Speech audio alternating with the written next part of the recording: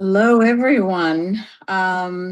This is a really exciting, for me, exciting transmission by Mynoo Maryel. Uh, to me, it feels like it's a perfect timing. It's part 32 of the Age of Brilliance, part two, opening the portal of freedom. Release, Restoration, Resurgence with Mynoo Maryel. It's a transmission, not a talk. And in this session, we open the portal of freedom and activate the 12 pillars of regenerative and eternal freedom.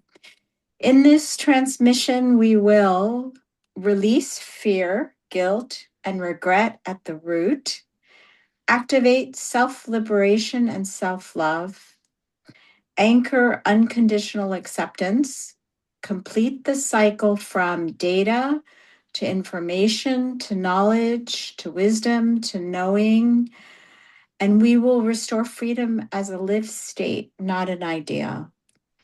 In the age of brilliance, freedom is not claimed, it is remembered. So let's remember together. Mynoo, are you ready? I am ready. Thank Yes, you. for you. So just so that you're aware, I have a flight to take. So I'm going to, my guidance today is was still to do this. I should actually be at the airport in half an hour, but my guidance was still to do this. So I'm going to do this and then head straight off. And it's going to be two very important, very potent points that I'm supposed to bring forth today. So it'll be shorter than usual, and it'll be we'll stop exactly where I'm guided for us to stop to enable the assimilation to anchor in. So, just a quick recap around this understanding, release, I don't know. restore, and resurrection. So, release is dissolving the architecture of inner bondage. That's what I talked about. Okay. It's not force. And it is through this release is where illumination takes place. Illumination is a distillation of insights that we are able to act. So we don't no longer feel imprisoned. Restoration is returning to that inner authority, that original inner authority that we were born with. It is really the return to our own self-governance. And as a result, our nervous system, our emotions and thoughts and actions, everything comes back into coherence. Resurgence is freedom lived as a creative power. It is freedom that gets expressed through our choice, through the love that we share, through the truth that we anchor, and the service that we provide. There is no self-betrayal here at all. And we are talking about these 12 pillars of regenerative and eternal freedom. And like Sarah said, they're not lessons, they are liberations. So we covered four. I think we covered three last time. The first one is false expectations appearing real, which is fear. Fear is a pillar of regenerative and eternal freedom. And for me, it was like, what? How could that be? How can fear be a pillar? It's because fear is simply false expectations appearing real. And we talked about last time how if you do have that feeling of fear, look at what is it that fear attributed to and get underneath it by examining what are the false expectations that are appearing real.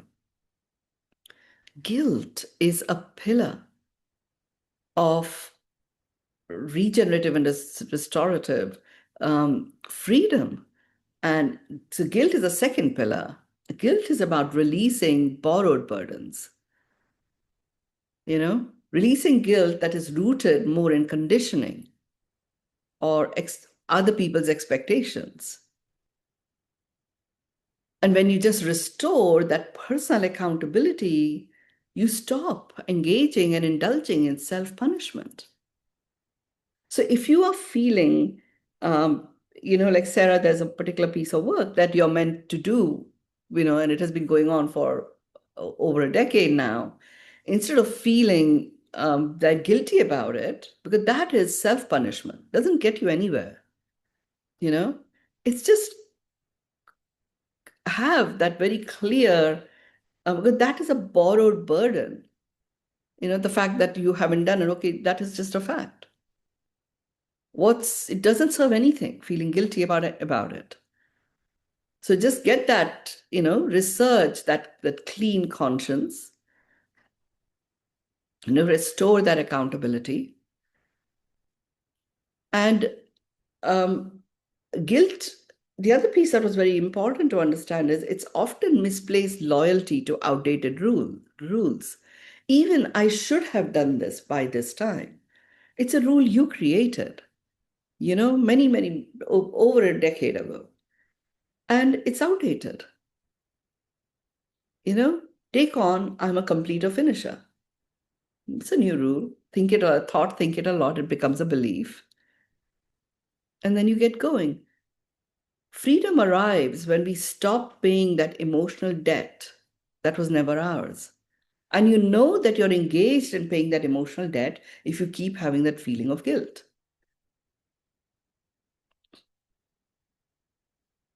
The third pillar was regret.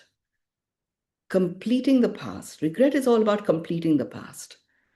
What we release with regret is that self attack about what should have been. And what we restore is compassion for who you were. And and really restoring that compassion with what you know. And what resurges is wisdom. Wisdom that is integrated. Wisdom that is integrated, not weaponized. Regret dissolves when the past is complete and not replayed. And how do you complete the past? Just acknowledge, use the power tool of acknowledgement. Acknowledge whatever it is that you feel, you have to say, you have to experience, you know, whatever that's still pending or there within you about the past without judging anything. Acknowledge, acknowledge, acknowledge, acknowledge the good, the bad, the ugly, the beautiful. Keep acknowledging until there's nothing left to acknowledge. And that's the point you go, okay, I unconditionally accept all that is. And that's all that's needed. It's dissolved.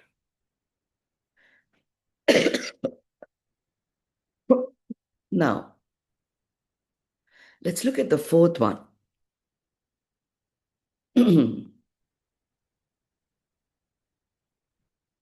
The fourth one is self liberation.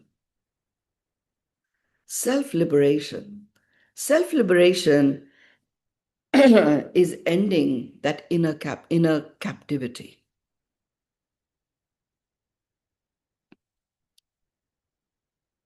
Self liberation, nobody can liberate you, actually. Nobody can. I shared the story of this 103-year-old man, 103-year-old young man that I met. Oh, I haven't shared the photograph with all of you. I will find it and share it. And how he was in solitary confinement for 38 years, but within himself, he was still self-liberated.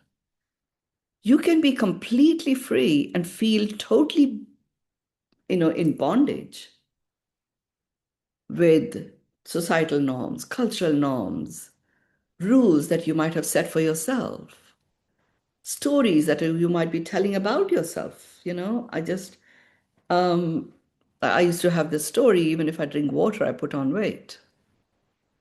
The universe was so busy making sure that happened, in every way. But that was really a bondage that I had created. Nelson Mandela, Gandhi. Many of you have heard me talk about my mother in her teenage years spent spent quite a bit of time, going and visiting Gandhiji, and then you know, being with him for as often as she could.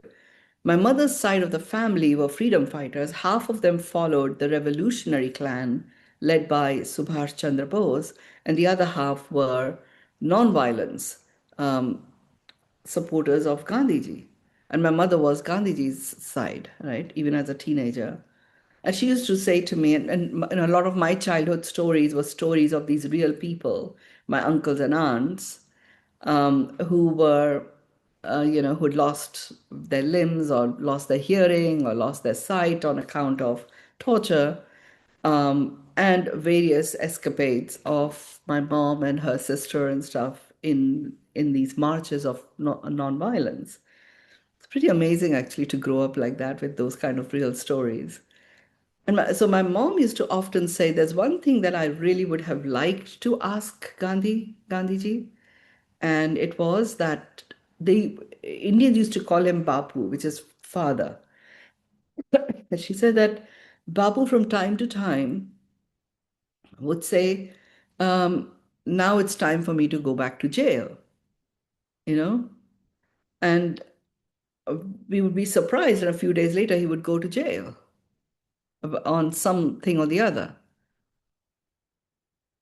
And when I examined this, after I started connecting to all forms of energies and became a seer, what I got from him, because I asked him the question, his spirit the question, what was this about? My mother always wanted the answer to this. And he said that because to him, jail was a space that he could be by himself and strategize.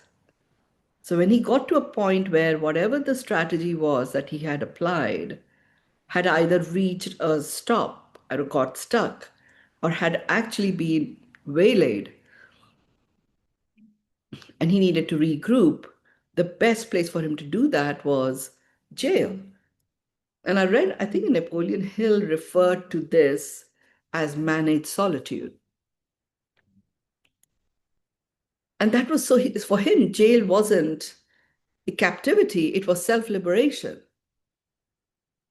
No distraction, no disturbance. He could literally just focus on the issue and get his answers.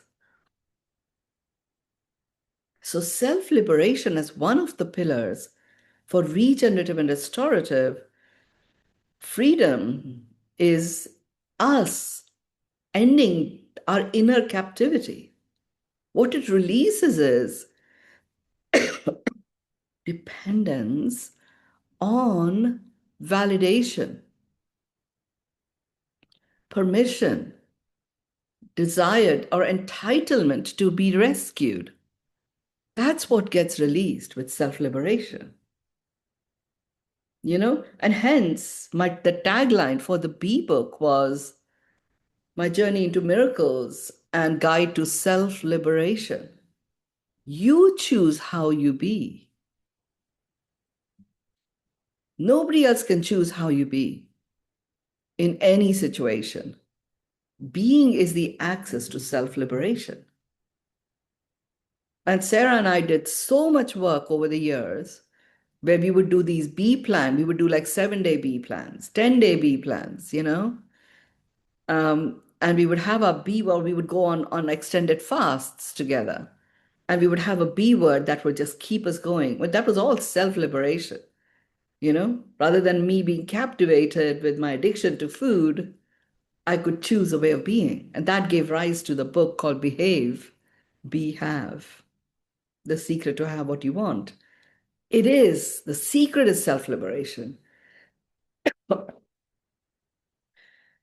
What it restores, so when your dependence on validation, on entitlement to rescue or permission is released, what gets restored? Inner authority gets restored. What I mean by inner authority gets restored, you get into a state of inner knowing. You choose, and what you choose is the best for you. And what resurges as a result? Self-led living. And what is the impact of self-led living? You literally release, all self doubt dissolves. Just remember, no outer freedom survives inner imprisonment.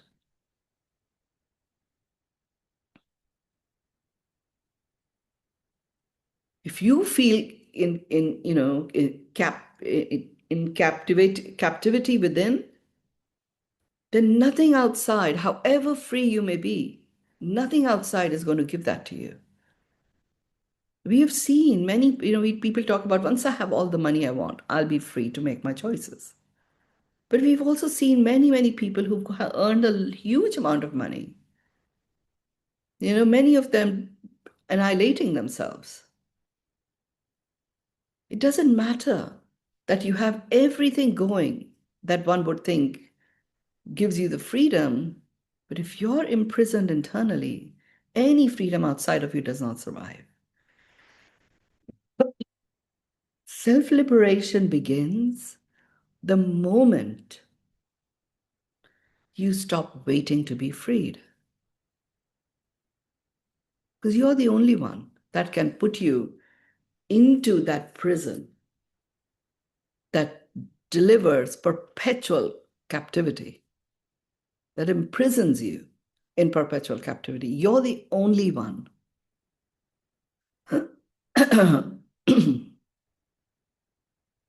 So the moment you stop waiting to be freed, self liberation simply is.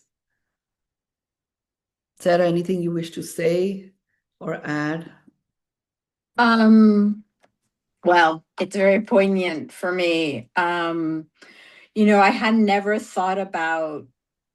consciously thought about this entitlement to be rescued, but that it's so brilliant to me that it's coming up right now, because that's what I've been imprisoning myself, expecting to have feeling entitled and being entitled to be rescued. But as you just pointed out, we can only rescue ourselves. There was nobody to rescue me, but I have that entitlement to be rescued. Feels like a key, a Mm, massive key for me, because I never wanted to admit that, I suppose. yeah, Thank great. you. Okay. We did have that guidance that it's going to be two, but very potent. So Oh, yeah. Thank you. the fifth pillar is the pillar of self love. They're all so connected. Self love. What is self love? Hey, we are humans. As a human, our innate vibration is love. So simply being in a human form, self love is there. What happens is self love in a practical way is all about ending the war within yourself. And the release that gets enabled when you end that war within yourself. Even this questioning of this part of me is lovable and this part isn't. That's who says? You say. The moment you end that war within, you are who you are. What gets released is that conditional worth. Who puts those conditions? Even if others may be putting conditional worth, like, you do this and I'll really like you, or you do this and that'll be, you'll get promoted, or whatever it might be. It's all conditional worth stuff. It does not have any impact on your self-worth. They're just conditions of accomplishing certain results when other people put conditions. But if you own your own self-worth by loving all aspects and all facets of you, the good, the bad, the ugly, the beautiful, all of it, then that war within just stops immediately. And the moment that war stops, that conditional worth is released. You are worthy because you are you.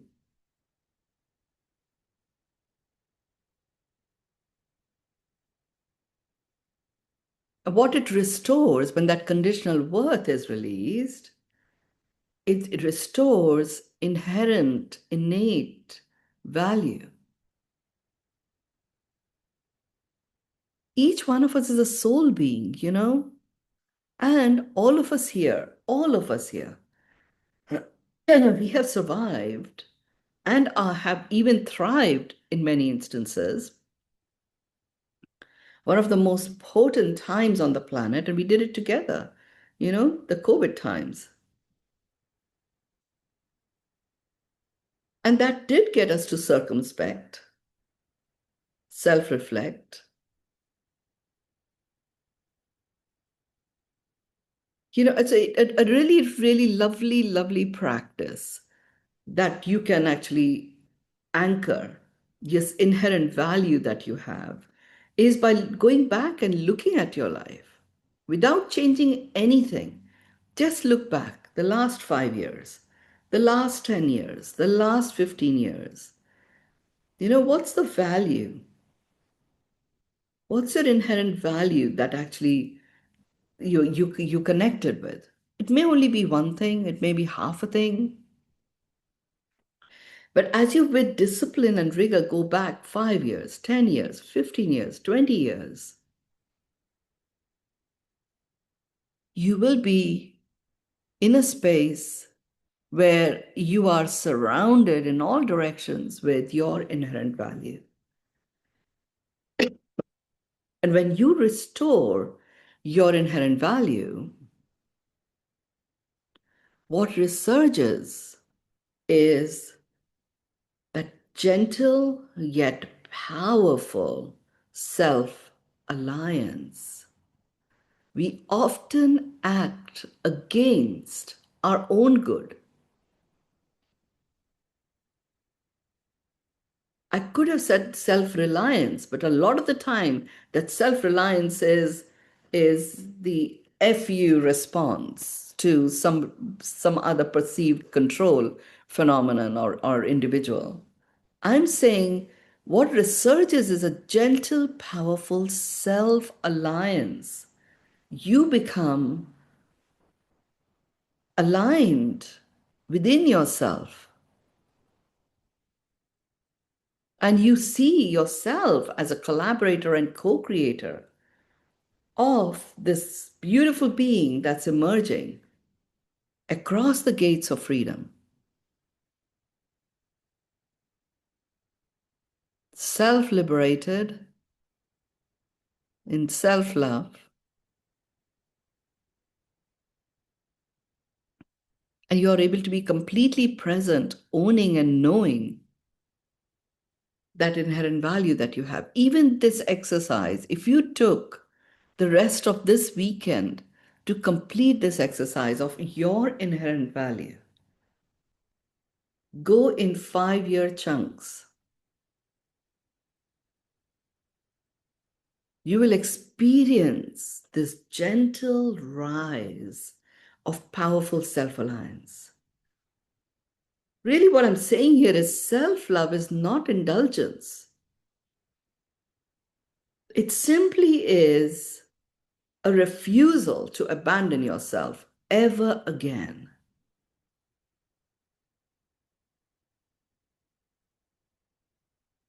And things may have occurred in the past that shouldn't have occurred. And Sarah, at least one of the things that I'm referring to here. And all you have to do, all you are to engage in is your own inherent value. It doesn't matter the specifics of what occurred. For the purpose of procedure, you are to just list them. The reason why the work that you are to do is you're not able to complete is there's so much attachment to the emotion around it. Come back to you. Come back, release that conditional worth. Anchor in your inherent value get that powerful self alliance and ask. These are the facts of the matter, and this is what I require, this is what I expect in compensation. Happy to discuss, done, send.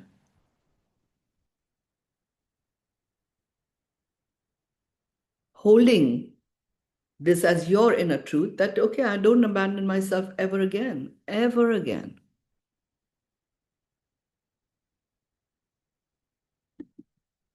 Anything you wish to add or say, Sarah? And we are going to complete at this point today. Just leave you with these two. These two are so powerful, self liberation and self love. It's so powerful.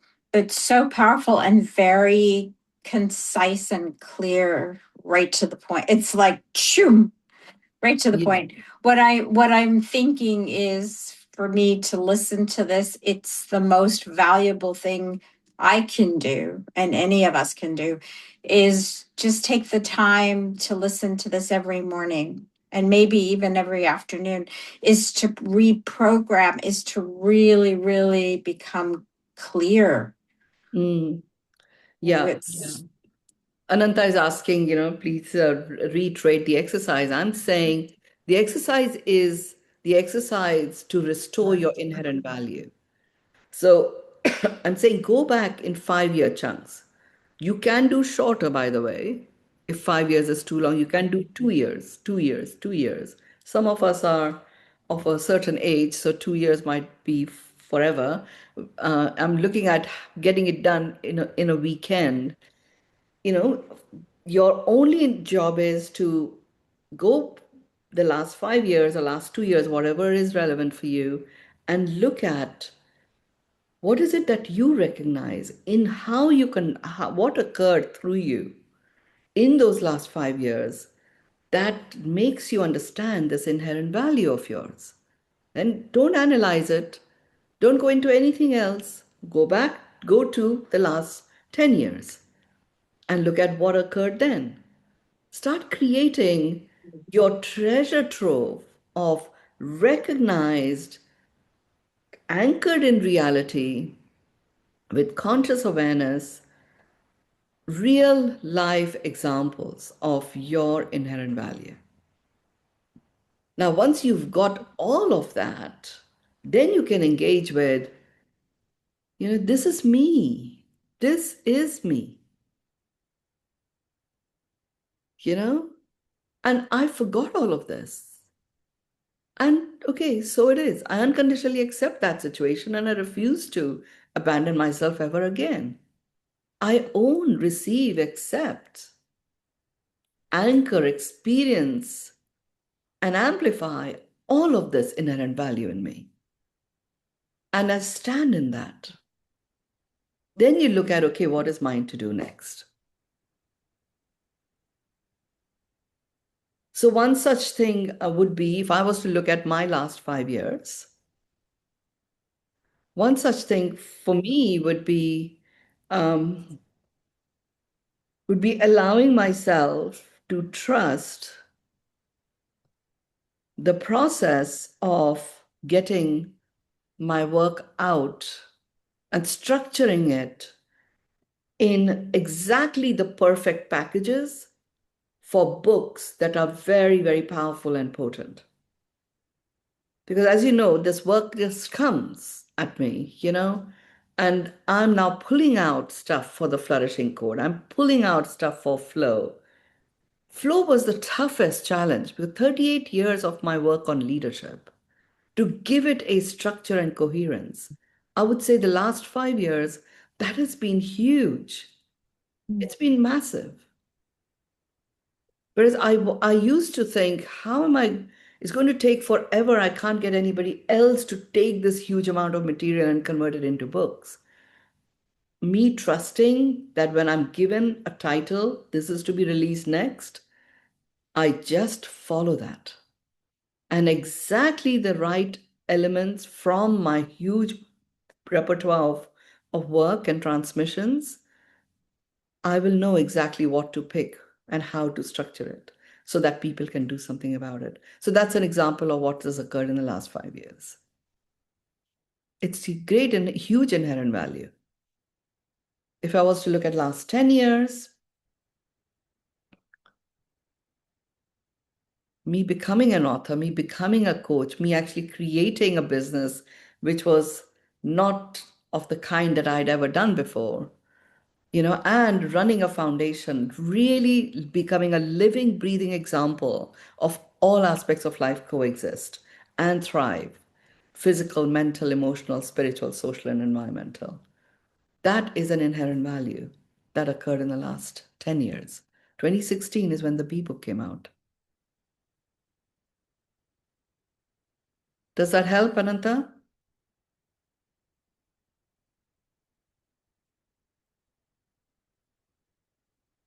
Yeah, that's right. That's right. That's right. So it isn't just good, it isn't just positive thinking, it's really your inherent value. Little bit, thank you for asking that question because it got me a chance to elaborate on it. So with that having been said, I am going to complete our session today, finish the last bit of packing and head off to the airport. Manu, can I just add something to what you just shared? Yes, Because I've known you way before yes, the books and the inherent value. What I see is the evolution of it because we would never have predicted that one of your inherent values would be the transmission and the writing and yeah. dissemination of the books and the wisdom and Yeah, practices. absolutely. Absolutely. I was totally not associated with writing anything. No. It was business plan, bullet point. That's how you met me. Yeah. But we never could have I would never have predicted Yeah. that. Yeah. Yeah. Even in Bali, even when we were in Bali Yeah, on the exactly. retreat. Even then I was writing my downloads, but it didn't know that they would convert into books for others. So there's this Yes. evolutionary process. I suppose we'll all experience that. You will experience that Um, for yourself. right. You Thank know, you. it's a very potent weekend, by the way, guys. This whole build up to the 5th of March, which is a really big day, is amazing. And I'm so grateful Meena ji is here. I will be in her home on the 5th Oh, of March. So in Rishikesh, I will be there with the Mother Ganga by myself. So very, very grateful for that. my body just got Yeah. with Ma Ganga below you, Yeah. flowing below you. Yes, Oh, yes. Yeah, okay. she has Got it. her bedroom is amazing. You can sit on the bed or there are chairs that the Ganga just flows right there. And of course you can go to it. So Okay. okay. Talking about liberation, Yeah. self-liberation. Thank you. This realization that I am where my home is where I am was self-liberation. This crazy attachment to, my home is my safe place. Yes, and it is where you are. I haven't gotten there yet, but yes, Yeah. I Yeah. can get that. It really comes through a self-liberation. Yeah, I mean, it was big thing for me to move out of Bali. We were so settled there, you know. And it was gorgeous. I mean, it was a piece of heaven. So to Yeah, leave it is, thank yeah, you. yeah. And wait till you visit Chiang Mai. That is another piece of heaven. And Dubai was also heaven in its own way. Yes, Ananta, we're going to go have some time with the tigers together and the elephants. Okay, bye everyone. Have a great weekend. Godspeed, safe flight. Thank you. Bye, Neil. Are you coming to Bombay? I'm coming to Bombay just for 2 days. I'm going to be staying in Bandra. I'll message you. I would like to Okay. meet you. Yeah, I'll message you. Okay. And then coming. Today, I'm just going now to the airport. I'll message you. Bye. Bye.